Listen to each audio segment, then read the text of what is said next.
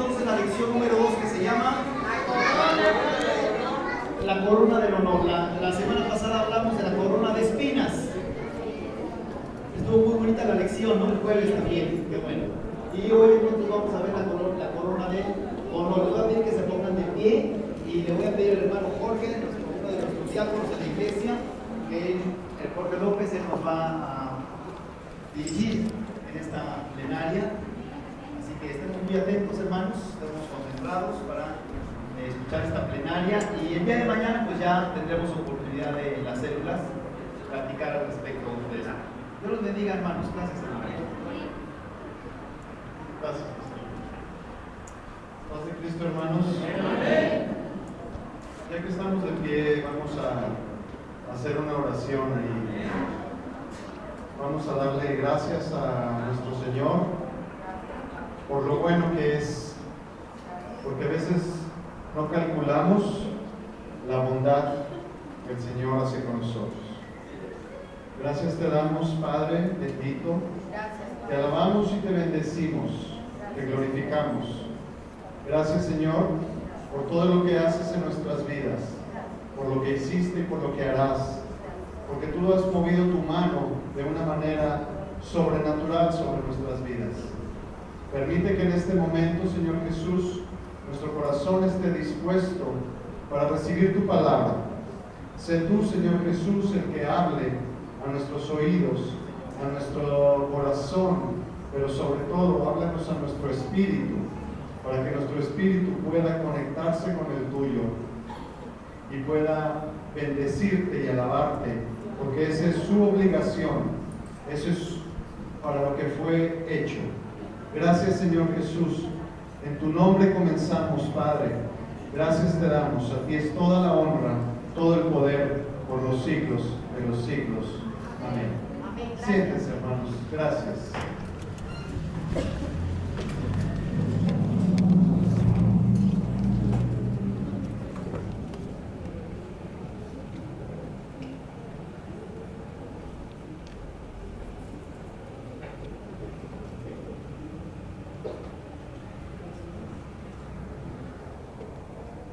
Hoy que, como decía el pastor, nuestra serie habla de coronas, de reinos. Y bueno, pues hoy vamos a ir un poquito, quise ir un poquito al inicio. Y hoy la he titulado esta predicación Descubriendo el Reino. Vemos en Génesis, y como dije que quería ir al inicio, vemos en Génesis, primer libro de la Biblia, porque mi Biblia es la mejor y mi corazón, y hoy haremos el mejor y más abundante fruto para la gloria de Dios, la bendición de mi familia, mi iglesia, mi país, las naciones. De los discípulos de Cristo decimos amén. Entonces traemos ahí nuestra Biblia. Vamos a ir, esta la vamos a encontrar muy rápido. Génesis 1:1. En el principio Dios creó los cielos y la tierra. Vemos ahí, Dios creó. Quiero, antes de continuar, hacer una pequeña reflexión, porque dice Dios. Y entonces vamos primero, vamos a entender, o tratar de entender, qué podríamos nosotros asimilar con la palabra, o lo que es el significado de la palabra Dios. Dios no es un nombre, no se llama Dios, ¿sí? Más bien es una descripción de un carácter o una naturaleza, ¿sí?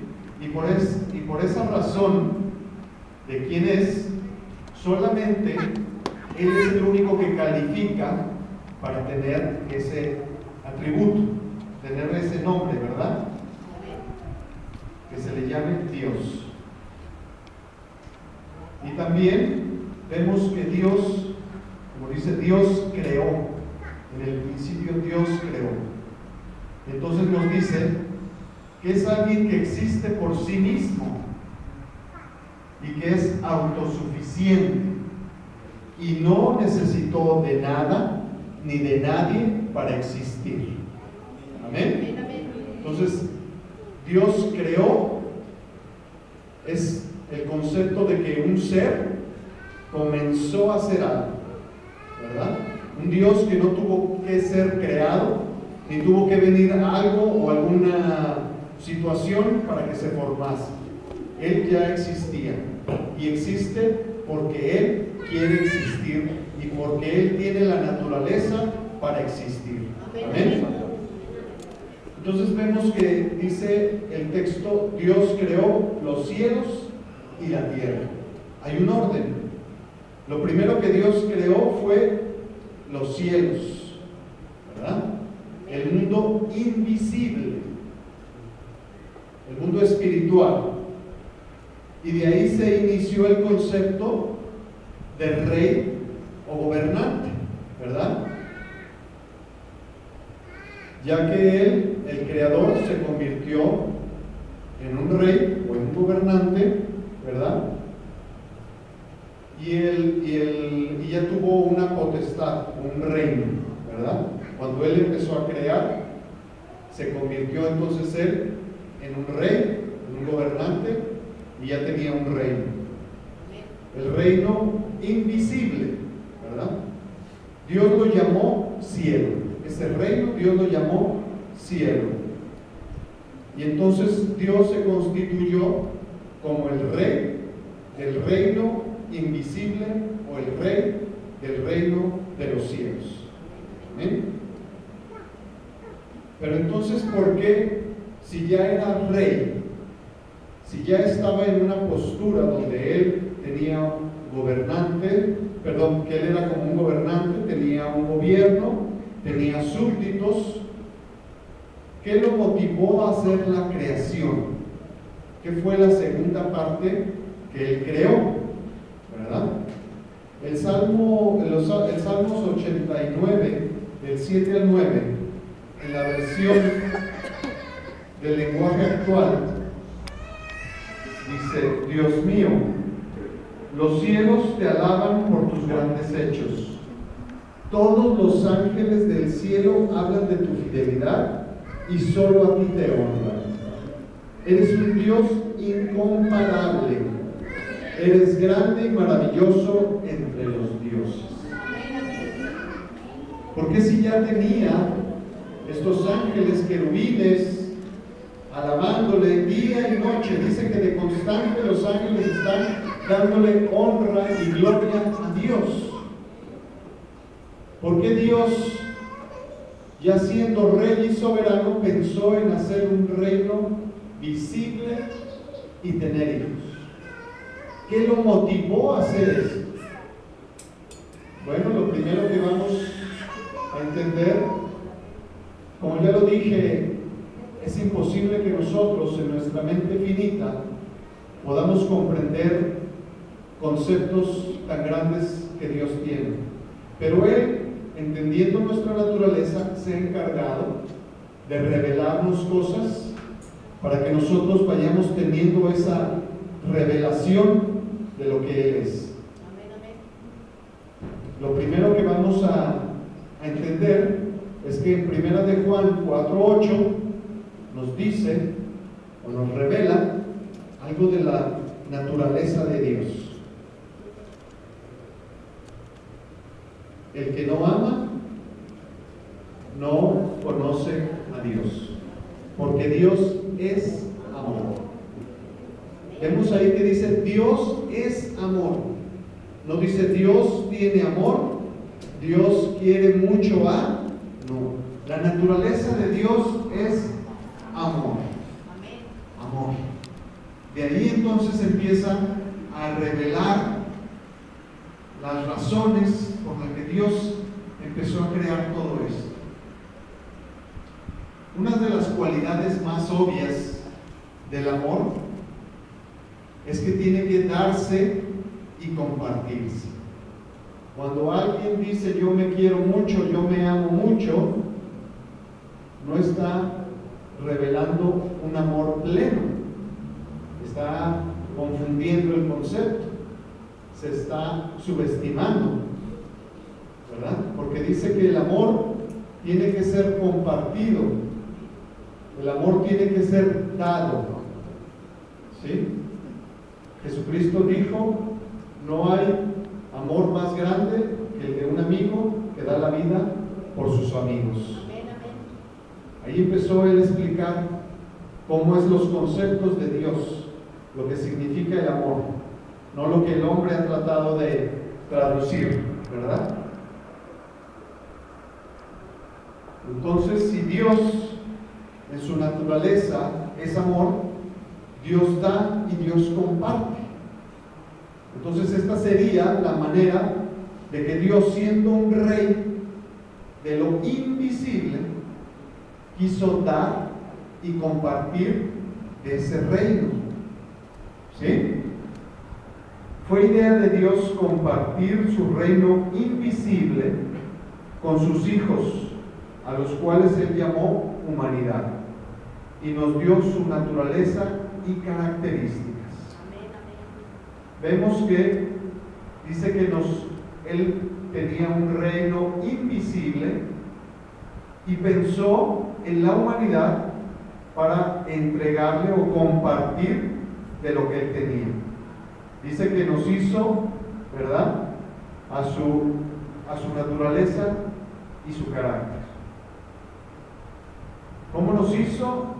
Nos hizo espirituales. No somos un cuerpo con un alma y un espíritu. Somos un espíritu con un alma en un cuerpo. Ese es, cuando vemos 1 Tesalonicenses 5, vamos a ver cómo el apóstol Pablo nos describe el proceso del ser humano. Le dice, y todo vuestro ser, espíritu, alma y cuerpo. Espíritu, su ser es primeramente un espíritu que tiene un alma y habita en un cuerpo. Su cuerpo es el envase, nuestro cuerpo es ese frasquito donde habita lo que realmente somos. Amén. Hay un concepto que también queremos entender hablando de reinos, que es el concepto de colonizar. El colonizar es el pensamiento de un gobierno o un gobernante que determina extender su reino, su dominio o su influencia hacia un terreno adicional, con el propósito de impactar dicho terreno por medio de su voluntad y sus deseos. ¿Qué quiere decir? Que cuando un gobernante tiene un territorio, un reino, él también, dentro de sus conceptos, tiene la opción y la visión de expandir ese reino, de colonizar otros terrenos que no le pertenecían, ir a otros lugares e impactarlos con su voluntad. Quiere decir, lo que él piensa, que también se haga en ese lugar. Lo que él quiere, que también se haga en ese lugar. Amén. Ese también es otro propósito que Dios tuvo.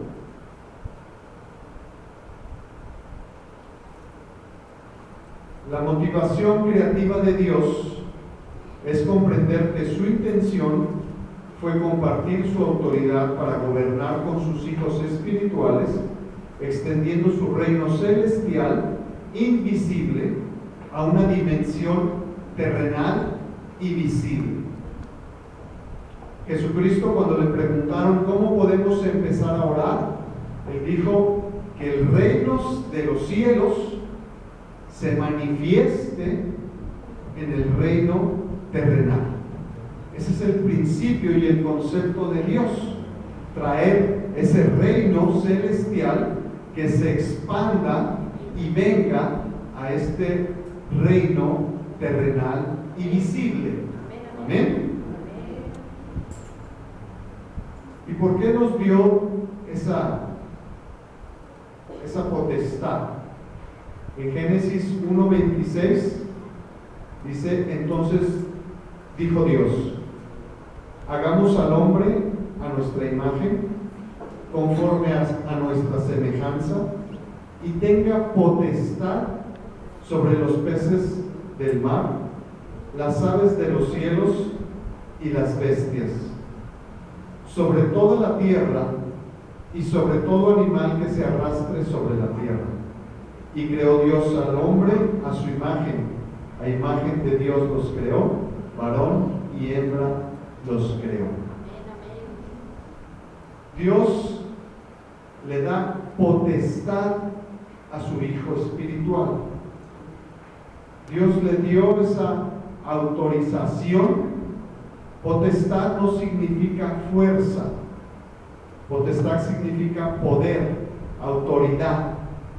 ¿Sí? Ya hablábamos que no es lo mismo el que tenga fuerza para hacer las cosas, lo hace por lo que él tiene.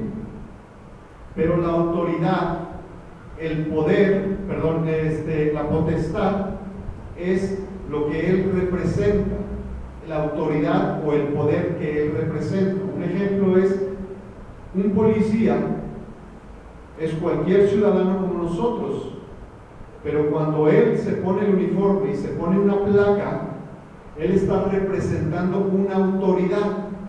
No es lo que él sea como persona, es lo que él representa. ¿Sí? En este caso representa a una autoridad, ¿verdad?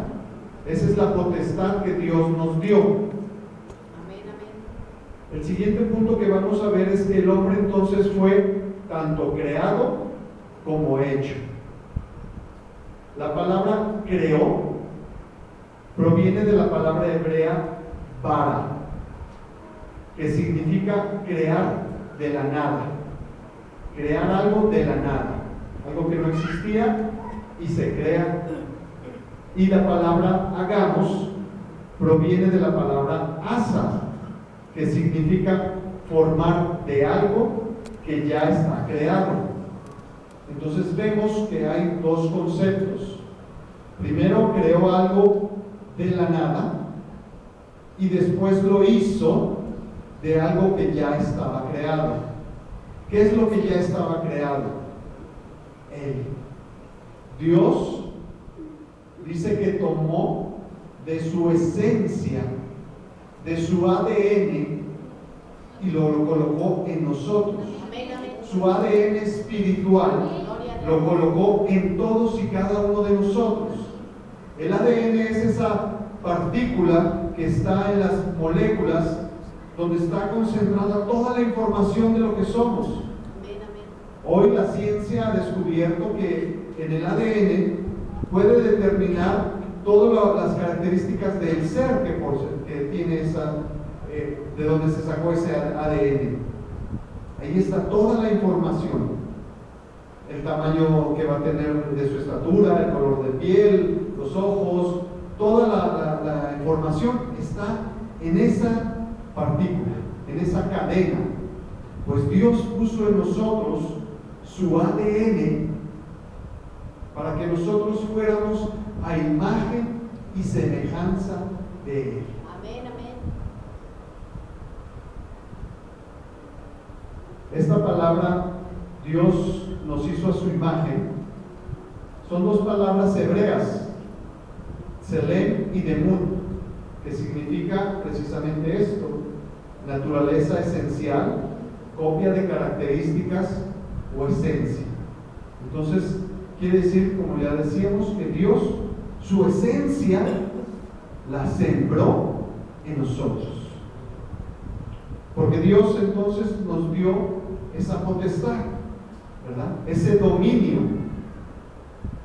Recibir dominio, y esto es la parte que tenemos que entender, es toda una descripción muy grande, y quiero leérselas. Dice: recibir dominio significa ser establecido como soberano, gobernante real, amo, gobernador, responsable de reinar sobre un territorio designado, con la autoridad inherente para representar y personificar como un símbolo el territorio, los recursos y todo lo que constituye ese reino. Dios entonces nos dio un trabajo, no nos puso reyes, no nos dio esa potestad para conceptuarla como nosotros lo hemos visto a la persona de un rey. Dios nos dio determinadas características y determinados puntos que tendríamos que cumplir. Dice que tenemos que personificar un símbolo, el territorio, los recursos y todo lo que constituye ese reino. ¿Qué quiere decir? Que nosotros somos responsables de representar el reino al del cual pertenecemos. Es una obligación de todo rey. ¿Sí? Como se ve ese rey, está representando todo lo que su territorio es. O sea que si vemos un rey que tiene una corona muy pobre, unas vestiduras sucias, está diciendo que su territorio es pobre, que todo lo que está ahí está desgastado, que todo lo que hay ahí no tiene mucho valor. Entonces nosotros tenemos esa responsabilidad. Posible. Un reinado colectivo, responsable de dominar, gobernar, regir, controlar y administrar el planeta y sus recursos. Eso es lo que Dios pensó cuando creó la humanidad. ¿Qué es lo que Dios le dio al hombre y lo que no le dio?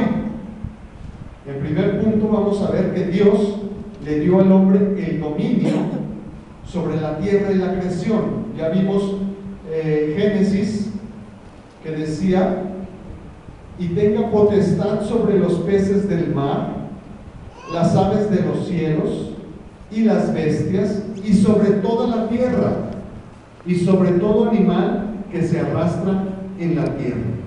Entonces le dio potestad sobre toda la tierra. Pero Dios no le dio al hombre dominio sobre otros hombres. La palabra de Dios nunca dice que el hombre domine al hombre. Dios permitió que el hombre tuviera potestad sobre lo que Él creó, pero nunca sobre el hombre mismo. Dios nunca le dio dominio sobre los cielos.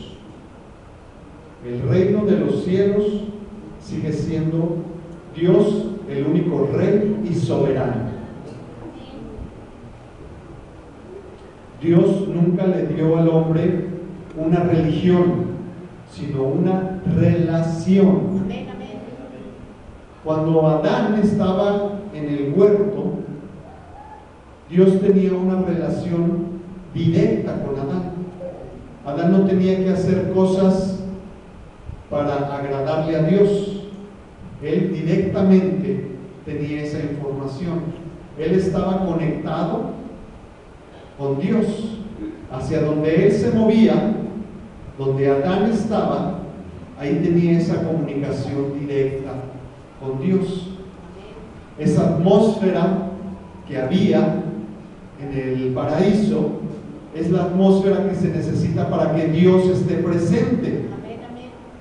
Por eso Adán podía comunicarse con Dios, porque esa atmósfera estaba preparada.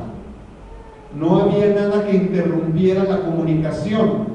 Dios podía estar ahí, junto donde estaba Adán, porque no había nada que contaminara la atmósfera. Debemos entender que una atmósfera donde Dios se mueve no está contaminada. No, la palabra dice que no puede haber tinieblas cuando está la luz. En cuanto llega la luz, las tinieblas tienen que desaparecer. Amén, amén. ¿Bien? Así era la relación que Adán tenía con Dios. Pero ¿qué pasó? ¿Qué pasó con esa relación? Con todo lo que Dios le había preparado, Dios te había dicho, voy a extender mi reino y te voy a poner a ti para que tú seas ese gobernante, ¿verdad? Ese colonizador, para que tú lleves lo que yo estoy haciendo contigo. Tú sé un instrumento, tú sé también tú lo que ves. Dice Jesucristo, yo no hago mis cosas, yo hago lo que veo hacer el Padre. Es lo que Dios quiere, lo que le decía Adán, lo que tú estás viendo que yo hago, eso es lo que yo quiero que tú hagas. ¿Se me explicó? Entonces, ¿qué fue lo que pasó? Si estamos hablando que era un reino, dice la palabra de Dios que más adelante Adán y Eva empezaron a tener una comunicación con el enemigo. No solo fue un acto de desobediencia nada más. Dice la palabra que Dios les dijo, de todo lo que hay aquí pueden comer, menos del fruto del árbol del bien y del mal. Cuando Adán y Eva empezaron a tener esta comunicación, para Dios esto fue un acto de traición. No fue un pecado, fue un acto de traición. Si estamos hablando de que nosotros éramos los representantes de Dios en la tierra y nosotros empezamos a entablar diálogo con el enemigo, entonces en automático estamos traicionando a la nación que nos ha enviado.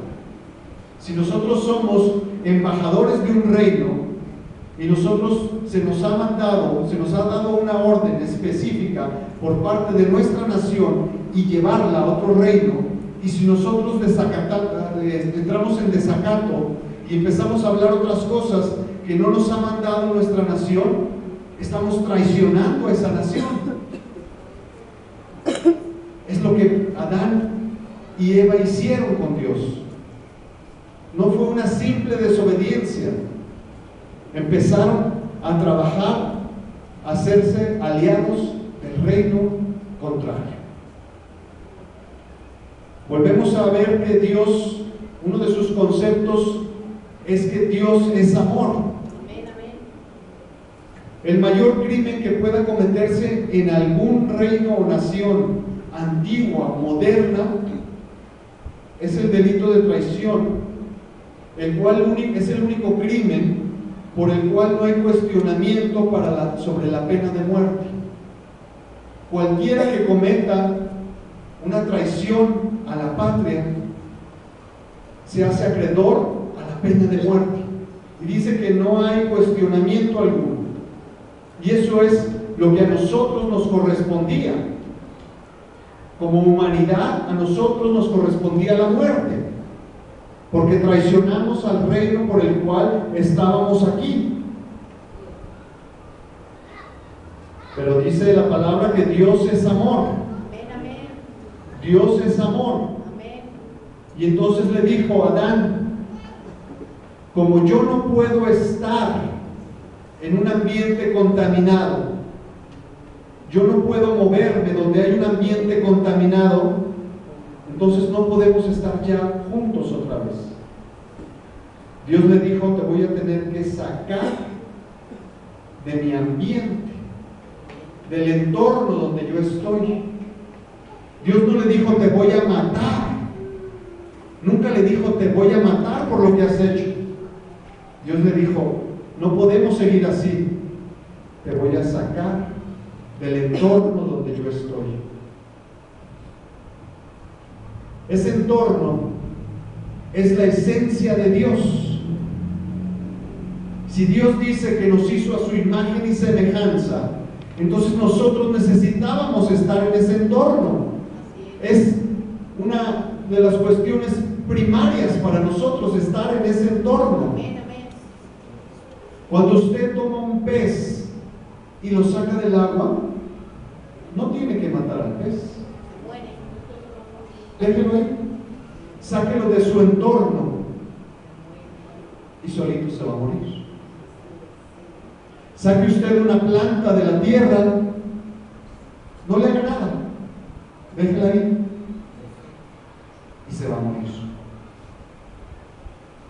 El hombre no es que quiera regresar a ese reino, no es que tenga la opción de decir si quiero o no quiero. Es una cuestión de vida o muerte para el hombre. Necesita estar en ese ambiente que Dios creó, porque si no se va a morir.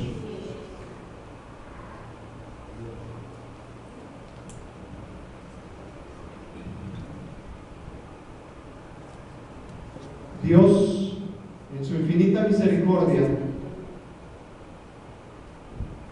dijo, tengo que planear cómo voy a regresar. Porque si yo saco un pez y lo dejo fuera del agua, ese pez va a estar ahí tratando de regresar, pero no sabe cómo regresar. Va a hacer todo el esfuerzo hasta que desfallezca, pero no va a regresar a su sitio. Dios vio y dijo, es el momento de que el hombre tenga una entrada nuevamente. Es la manera de que van a regresar a donde ellos estaban.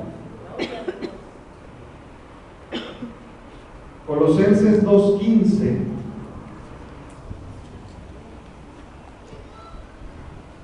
dice que Dios le quitó al poder a los espíritus que tenían esa autoridad y por medio de Cristo en la cruz los humilló delante de todos al pasearlos como prisioneros en su desfile victorioso. Jesucristo tuvo que venir a tomar otra vez control. Tuvo que venir otra vez y arrebatar lo que era suyo. Dios estipuló que este mundo terrenal iba a estar dominado o habitado solo por los seres terrenales. Él puso esa cláusula. Nosotros a veces pensamos y decimos, Dios podía haber dicho, bueno, se acabó, ya, yo soy el creador de todo y acabó con todo. Pero Él también es un Dios justo. Y Él dice, yo puse una cláusula y yo por mi nombre la voy a respetar. Si entonces el único que puede estar ahí es una carne, es un espíritu en una carne, entonces yo voy a entrar de esa manera. No es que Dios se haya atado de manos, es que Dios puso cláusulas y Él las respeta. Hoy entendemos que nosotros hemos sido apartados por nuestros pecados de ese ambiente donde tendríamos que estar. No es tanto culpa de nosotros, porque la palabra de Dios dice que estamos en un cuerpo corruptible, es su naturaleza. Pero también dice que nosotros tenemos un espíritu que se puede conectar y añorar regresar a donde estaba. Hoy entonces nosotros tenemos esa opción. O nos quedamos como ese pez fuera del agua hasta que nos asfixiemos, o buscamos el camino para regresar a donde Dios nos había puesto.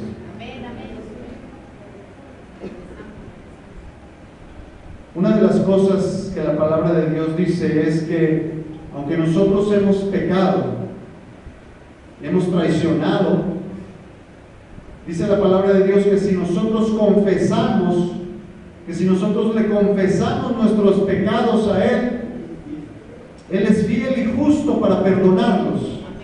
Que si nosotros llegamos rojos como la grana, Él nos va a hacer blancos como la lana. Hoy nosotros tal vez ha llegado el momento que nos habíamos puesto en una situación de confianza.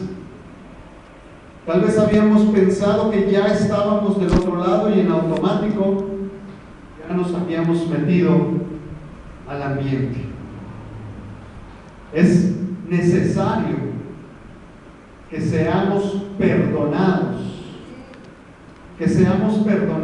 que confesemos nuestros pecados, para poder entrar a ese ambiente. De otra manera no va a haber ninguna manera. Estaba viendo una traducción del libro de Hebreos 4, del 6 al 8, me parece.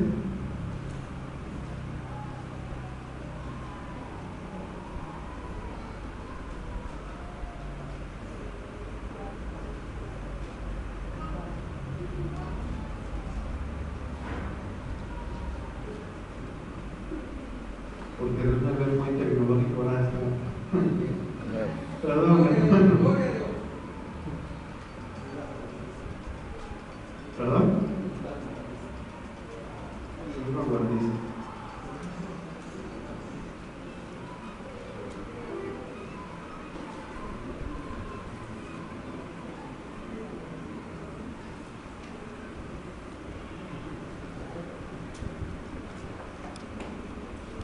Dice entonces que aunque nosotros hayamos estado en la presencia de Dios, si pecamos, estamos fuera. Aún dice la palabra que aún siendo bautizados por el Espíritu Santo, si se apartan, estamos fuera.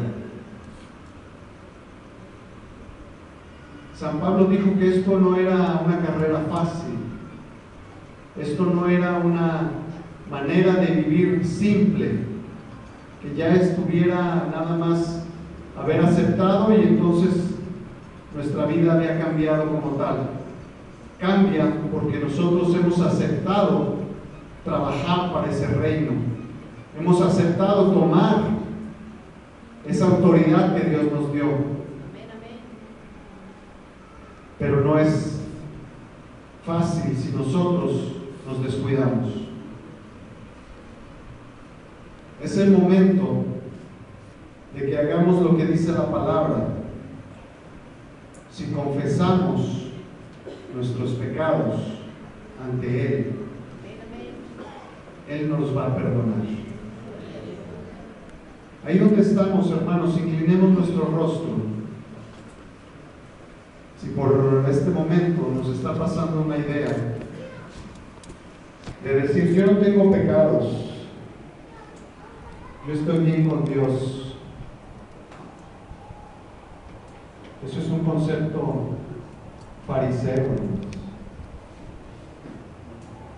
La palabra de Dios dice que todos somos pecadores. Vamos a entrar a ese entorno y decirle, Señor, hemos pecado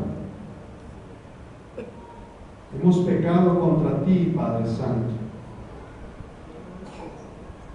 Eres tú, Señor Jesús, el único digno.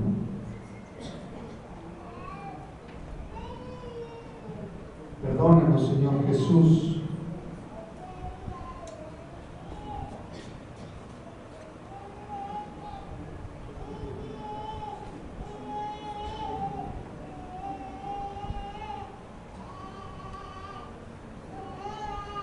Perdónanos, Padre, porque hemos pecado contra ti.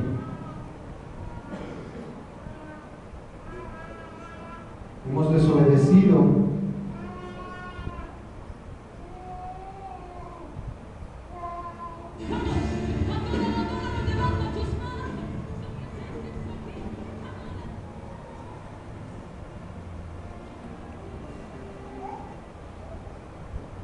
Hemos desobedecido, Señor. Hemos puesto nuestra carne, nuestros deseos, antes que lo que tú has pedido de nosotros, Señor Jesús. Aquí estamos, Padre, delante de ti, Señor Jesús, humillándonos y reconociendo que hemos sido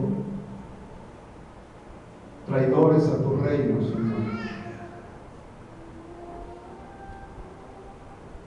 Clamamos a ti, Padre, porque sabemos que tú eres bueno y que tú nos puedes restaurar del lugar donde nosotros nos hemos involucrado. Te pedimos perdón, Señor, porque tu palabra dice que lo que le hagamos a uno de nuestros hermanos te lo hacemos a ti, Señor.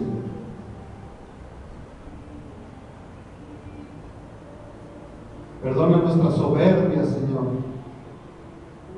Perdona si mis palabras no han edificado a alguien, si no he cumplido el proceso en nuestras necedades, nuestras desobediencias. Nos hemos alejado, Señor. Restitúyenos, Padre, a ese lugar que tú pensaste una vez para ponernos ahí. Oh Señor Jesús, queremos regresar a ti, Padre. Si no estamos en tu presencia, Señor Jesús, vamos a morir. Vamos a quedar ahí en el vacío, en el olvido, Señor Jesús. Rescátanos, Padre. Tú eres el que rescata del hoyo mi vida. Tú, Señor. Ven, Señor Jesús. Ven a este lugar, Padre.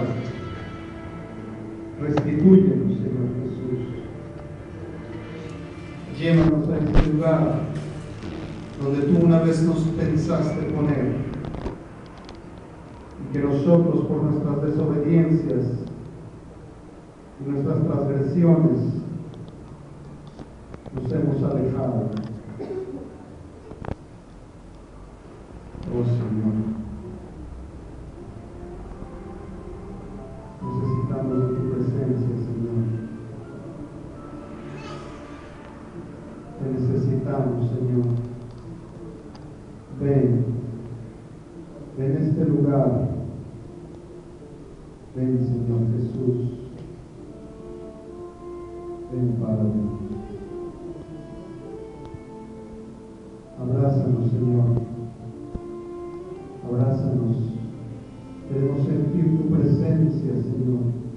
Queremos sentirnos agradados por ti. Queremos sentirnos amados nuevamente. No queremos fallarte nunca más. Queremos vernos contigo, Señor.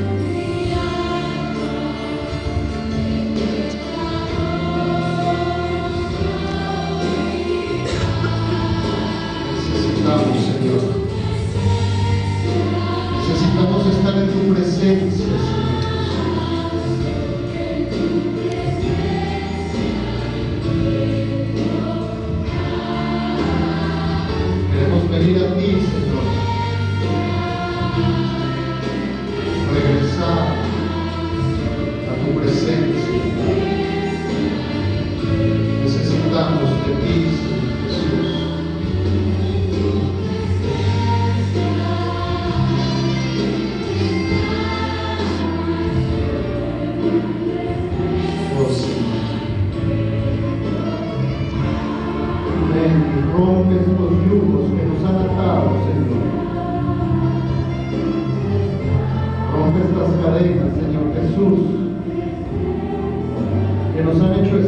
esclavos. Queremos ser libres, Padre. Queremos poder caminar contigo, Señor.